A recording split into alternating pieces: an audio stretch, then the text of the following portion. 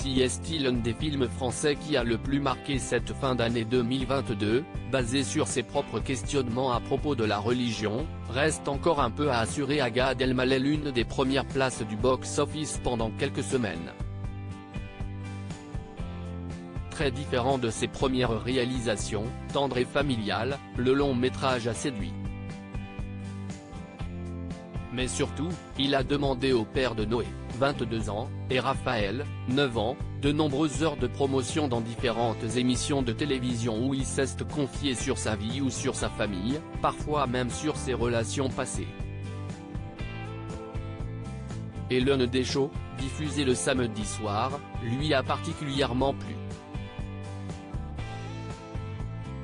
Notamment pour sa présentatrice. Dans le Podcasting Power de Louise Aubéry, il s'est en effet confié sur le petit crush ressenti devant Léa Salamé, avec qui il avait tourné une émission diffusée le 6 novembre dernier.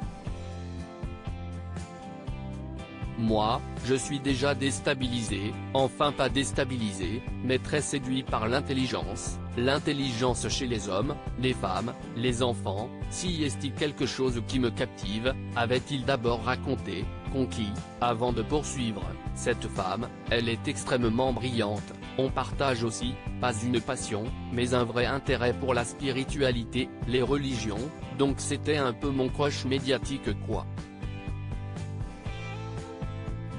Très abrupte et à la fois très drôle et une petite phrase de la journaliste, toujours si sérieuse, l'avait notamment étonné et charmé. J'étais là, je me disais cette femme, si brillante, si charmante et donc je ne m'attendais pas à ce qu'elle me déstabilise en me disant, je vais la citer approximativement.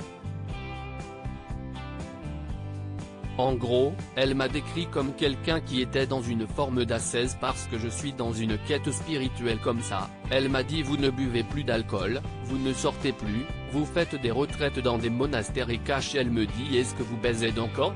Moi, j'ai trouvé ça très abrupt et à la fois très drôle, a-t-il raconté ensuite, faisant référence à une question effectivement plutôt osée de la journaliste. Devant l'air complètement effaré de Gad Elmaleh, celle-ci s'était alors justifiée en riant, expliquant que tout cela était un pari avec son producteur.